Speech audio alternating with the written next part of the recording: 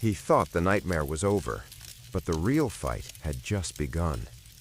After weeks of suffering inside the dark and deadly Amazon jungle, the team finally felt something different. The jungle was no longer closing in on them. The river was calmer now. The air felt lighter, and for the first time in many days, there was hope. But hope did not mean safety. Their bodies were broken. Every man in the team was weak. Their faces were thin. Their eyes looked tired and empty.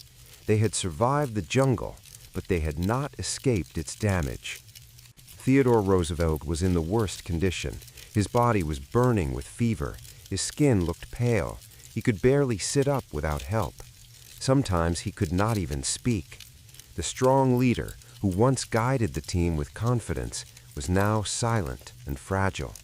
The men around him were worried. They had seen death many times during the journey, but seeing their leader like this felt different.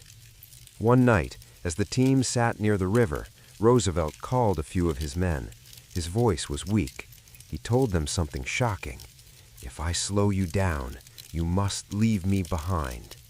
The men were silent. No one wanted to hear those words. They had come this far together. They had suffered together. Leaving him behind was not an option. One of the men shook his head. "No, we finish this together." Roosevelt closed his eyes. He knew the truth. He was a burden now, but deep inside, he still had the will to survive.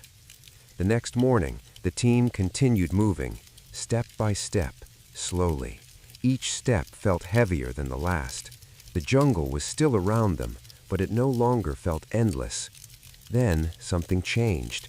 They saw signs of human life.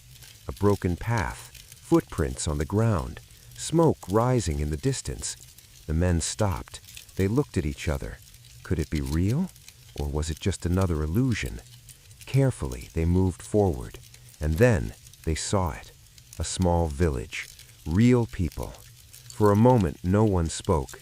After everything they had been through, this felt like a dream. The villagers noticed them. Weak, dirty, and barely standing, the explorers looked like ghosts. But instead of fear, the villagers showed kindness. They brought water. They brought food. They helped the men sit down.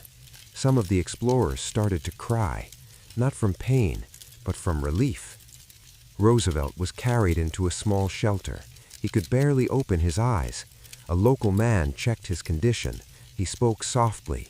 The situation was serious. Roosevelt needed real medical help, and fast.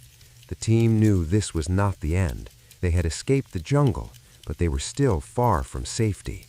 After resting for a short time, they prepared to move again, this time with help.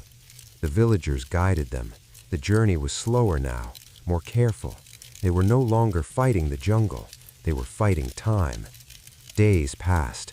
Roosevelt's condition did not improve. His fever stayed high. Sometimes he did not even respond. The team grew more worried. They had come so far, but losing him now would be the greatest tragedy. Finally, after days of travel, they reached a larger settlement.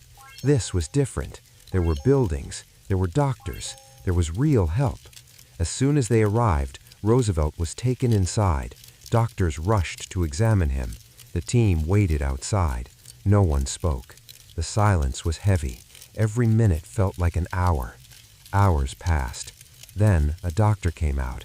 His face was serious. The situation was critical. They would do everything they could, but there were no promises. The men sat quietly. Some looked at the ground. Some stared at the sky. They had survived rivers, hunger, and danger, but now everything depended on time. Days went by, slow, painful days. Then, one morning, something changed. Inside the room, Roosevelt moved. His eyes slowly opened. For the first time in days, he was awake. The doctors noticed immediately. They called the others.